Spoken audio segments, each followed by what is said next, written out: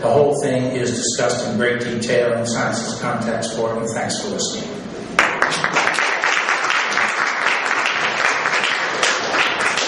We have time for questions and comments. Anybody? My name is Schneider and McAleer. I'm from Green Horizon Films. Right, and he's announced himself as the Michael Moore of the right. Just so you know. The Michael Moore of the right. Thank you for that. I have to frame it. It's your words. Actually, you're misquoting. I never said that. It's on the web for what that's worth. So you go with what's on the web on websites? Sometimes. Okay. Please, I interrupted you. Yes, you did. Yes, you did. What do you think of the behaviour of Professor Phil Jones in asking colleagues to delete emails and the destruction of publicly funded data that was gathered by public funds? I don't know what he asked, what he said. I don't make comments on redacted emails presented to me by people whose values I don't trust. I would have to see the whole thing, so I cannot very well comment. What I can say is that private communications that people have between each other certainly are not public documents. And but the university has confirmed they are accurate. Everybody says privately. Well, now I agree. We'll make it short. Sorry, I just want to correct you. The university has said that the emails are accurate. So I'm asking you, given that those emails have been confirmed, that Professor Phil Jones has asked colleagues to delete data, delete emails, and delete publicly funded scientific data. I don't know about deleting publicly funded scientific data unless it's wrong. Every single scientist collects data. Sometimes the data is wrong. You have errors in measurements. I wouldn't put that out. And the other thing is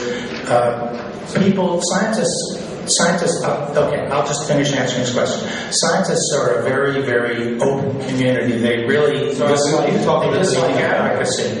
Deleting of data. Do you approve of that? No, I don't approve of deleting of data that is used in analyses that you know to be correct. I would certainly delete. I delete data all the time when my computer runs when I've made a mistake. So I would have to hear from them the full context to know what's going on. And the fact that an individual email is correct does not mean it's correct in the context of 100 emails that they have written saying other things. So the fact that somebody puts on a website a whole email doesn't mean you've given the context unless every email's up there and you can read them all. So you approve of deleting data? I do not approve of deleting data. It depends upon the circumstances. There's no general statement that can be made here. Okay, there was another question.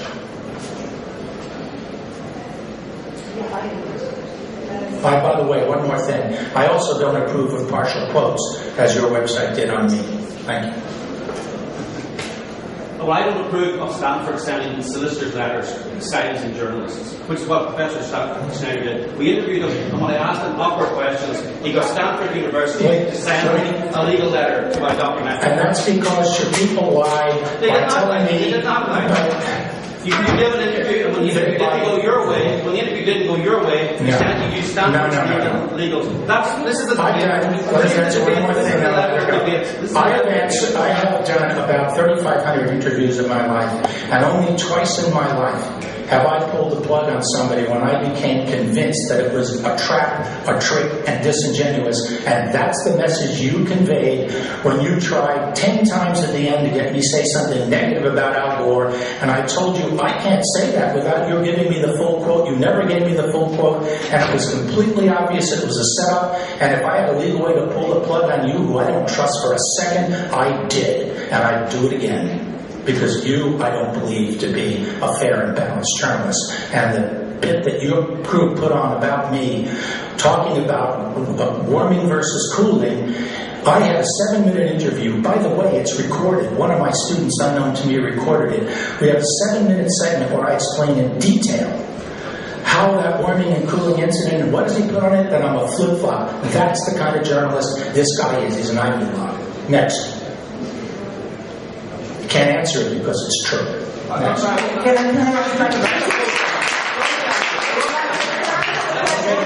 sorry, you don't get equal time. This is You can make flies and you can do movies. You've had more than equal time than I do. I just got 4 minutes. You have a 1 hour movie filled with junk. So let's go on. My name is Isabel Hilton from China Dialogue. You notice you're in the minority when people who know something.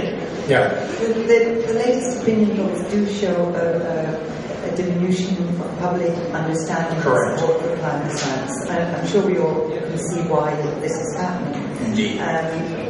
For the scientific community, however, this is a major challenge to allow people to get people to understand scientific method and the very complicated science that's involved in climate change. Is this something that the scientific community is prepared to tackle, and what new ideas are there, given that we've been discussing this for 30 years and things seem to be going ahead very fast? Thank you. Yes, it is very difficult for the scientific community. We're essentially toilet trained to lead with our caveats. And that's a very, very bad model to try to get out there in a world of advocacy where most people believe that whoever is advocating a position is only giving them a partial position. In science, if you give a partial position, then you have a serious problem with your reputation. Remember, our promotions, our peer review grants are often based upon anonymous peer reviews, which are based on your, quote, reputation. So scientists caught, deliberately spinning do not have good reputations. So it's very, very difficult to do that. Therefore, it's hard for them to want to go out in the political world where in the soundbite world you're stuck with much less than the kind of comfortable full disclosure you have. The other area where scientists are very uncomfortable is talking about those things which don't have high degree of confidence yet. So this was the difference in Working Group 1 and Working Group 2's projection of sea level. In Working Group 1, they said about 0.5 meter, asterisk, not including ice sheets. So why did they leave out ice sheets? Because they were melting at a much faster rate than any models predicted, and therefore they said we don't have a really good scientific basis. Working Group 2, which is impacts and adaptation and vulnerability, was driven by the commands from the government to look at risk management, which means you can't leave out high consequence events even when they have unknown probability. So what we had was different philosophies about the degree of information that you have before you go public. And my view is it's a value judgment to decide that by yourselves. That should be decided by the citizens and by the governments and corporations and others. So we're of the philosophy that you put everything in, and when you don't know much, you give it low confidence. And IPCC uses a high, medium, and low confidence scale to do exactly that. So there is discomfort in the scientific community interacting in the real world of advocacy because it's not the model at which they were trained. And then there's also the fact that most of these people make their reputations on the basis of published works and good measurements and so forth, not on the basis of their capacity to have fat synapses at a press conference. So there's a cultural problem as well, and it takes a generation for cultural change. So the scientific community is having a bit of a problem dealing with this, and they're absolutely dumbfounded by the way that some of their work is constantly quoted out of context by spinners on all sides, and they get so disgusted with it that they just walk. And I'm trying to convince them to stay on target. Okay, we have to go. Thank you all for coming. Any member of the press is entitled to a free book, including you. I'll sign them if anyone wants. Professor Schneider from Stanford University tells the United Nations who can ask questions. Yes. Why did you ask me to turn off the camera? No, I asked you to turn over your back. And why did you ask us to turn off the camera? Why did you ask us? Who asked you to ask us my backs? Professor Schneider did. The guy who's giving the press conference, he doesn't like me. He doesn't like difficult questions. What's your name?